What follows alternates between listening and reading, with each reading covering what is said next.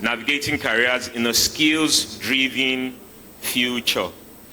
The best way to assess whether something is working for you is the end product of that thing, yes? So you go through a system that takes you about 17 years. 17 years of what? Education from primary, all the way down. And then you come out. Yes, you come out, you're done with all of these things. Somebody's sitting beside me, didn't know I was eavesdropping. He said, you studied some engineering role, yes, but now he wants to do something else, something way off. So think about it. You use 17 years to just run through a system, and then you come out, and then you start what? A journey that never ends. So what that means is that you guys, you might be sitting together today, but the person sitting next to you, believe me, you'll be meeting yourselves at different interview centers. Okay? Because you're all going to be contending for the little available jobs that are out there. So I'm going to reel out some stats. Okay? Just to prove my point. So in 2025, this is 2025, Nigeria is projected to have a 4.84% unemployment rate, and I was very modest in getting this because I got some that were way higher. So that means that we have about 5.74 million people who are what? Jobless. And you know what? You guys are in that number.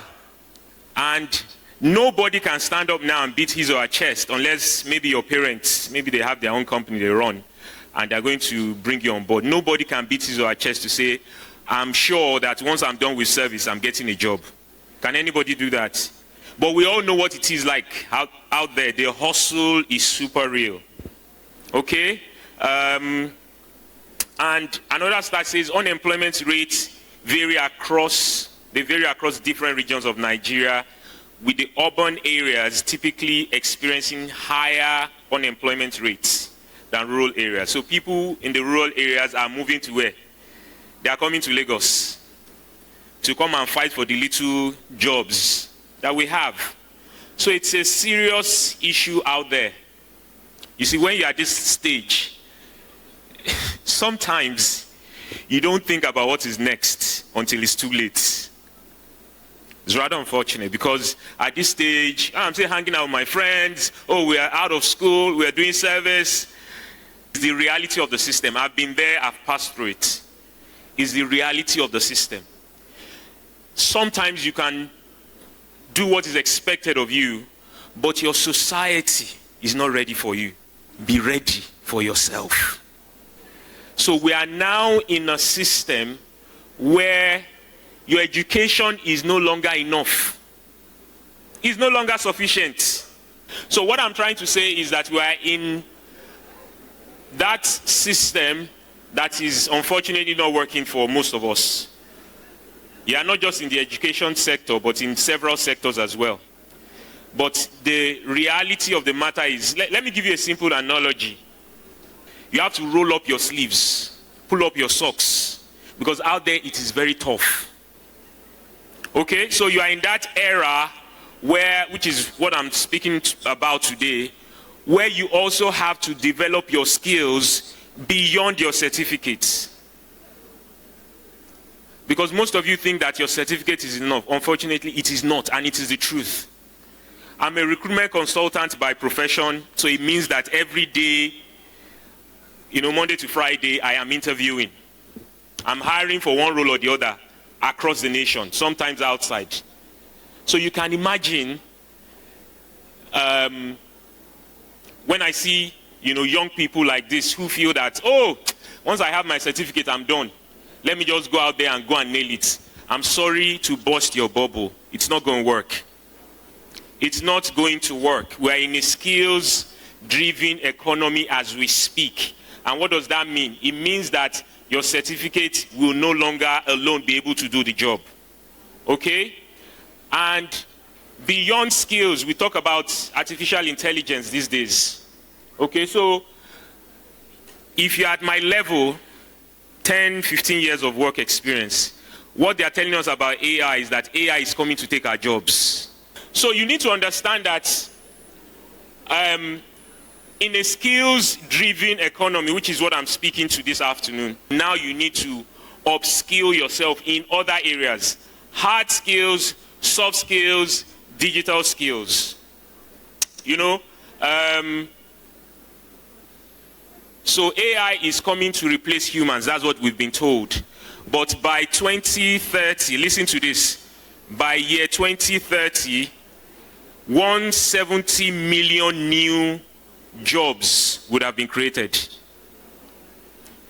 After AI would have taken 92 million jobs away.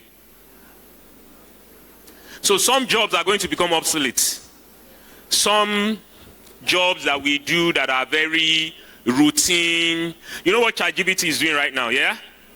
So some jobs, some lecturers are going to lose their jobs because ChatGPT can literally teach a class right now. So some jobs are going to become outdated, obsolete by 2030. And there are 92 million of these jobs that will become obsolete. That's according to the World Economic Forum. So what are some of those skills that you need beyond your certificate? I mentioned hard skills and soft skills. So when it comes to hard skills, those are technical skills based on whether you want to choose a career path or a career to a regular formal job to pursue. Okay? Well, some offices don't do 9 to 5 anymore. So you need to improve your hard skills. And by hard skills, I mean like those very core technical skills that are relevant to the job that you do. Okay, so beyond your certificate, things like coding and programming in this age and time, project management, your financial acumen, those are things that you need to what? To improve on. Okay, and then soft skills. Some soft skills, we always talk about the future of work in my line of work, but honestly, there's nothing like the future of work because work now, the future is upon us when you talk about work. Because before now, we didn't have remote work, you know, all those things you could do from your house. Now we work from home. Okay, you didn't have all of those things just a few years back. Okay, so we're in that level, we're at that stage where we talk about the future of the world of work. So things like creativity and innovation, leadership and influence, critical thinking, all of these things are very important. So for you to achieve this, you need something called a personal career development plan, okay? You need to create what we call a personal career development plan based on your area of interest. So can I take questions from you guys? You have a basic knowledge about fashion design. You have no. You have basic knowledge. Basic knowledge, so yes. Rudimentary knowledge. So okay, do you have to go through the process of 2 years or 3 years of fashion academy before you have to start up a business on fashion design? Thank you. Okay, so just to answer that, you need to understand that basic knowledge is not enough for any business. Basic knowledge is not sufficient, so you have to consistently upskill yourself in that line of work. That's very important. No, even if you are going to employ people, understand the business from start to finish. So don't just say, I'm going to employ 5 people and I'm going to be sleeping. You can't do that. So you need to understand that business from start, the entire chain, the entire cycle of that business, so that if one employee or staff is not there, you can quickly take that job. So you need to understand, you need knowledge. And besides knowledge of that job, there are several other things you need. Financial acumen. You need to understand how to manage money. You know, we talk about the 3 M's of money: making money, managing money, multiplying money. You need to understand how that is done. Okay, you need to understand how to use that for your business. I hope I'm clear. Any other question? Anybody else? Yeah, good day, sir. For someone who studied English and they want to dive into tech, but I want to start in a very fast way. First and foremost, understand your own level in terms of what you want to be in life. If you have not found a purpose as to what you want to be in life, people are doing tech today, you run there. People are doing fashion tomorrow, and some people are playing football. I think I can still do something. You run there. So you need to define yourself, who you are. Now you need to know your strength. You and I can be in the same class and we are doing coding. And the speed at which I'm learning and I'm grasping things, you might struggle. So is tech for you? It's a question you need to ask. Is tech for you? You understand? So, and sometimes some of us think that, okay, I need to join what is trending. What is trending now? Tech. So I just need, because of, do you know why we always do that? Because of money. In the future that we are into already, it's not money that will make you rich. Do you know what will make you rich? Sir? Value is fantastic. I love that. But problem solving. The richest man in the world today is what? Elon, yes. What is he doing? He's solving a problem. Let's forget the line of work he's into. So you need to be able to solve problems so that money can chase you. But most of us, you know what we want to do? We want to chase after money. You are going to run that rat race. Believe me, you will run it till you are tired. If you don't get to the point where you are solving problems and people are paying you to solve their problems, you won't be wealthy. Or you might be wealthy for a short term.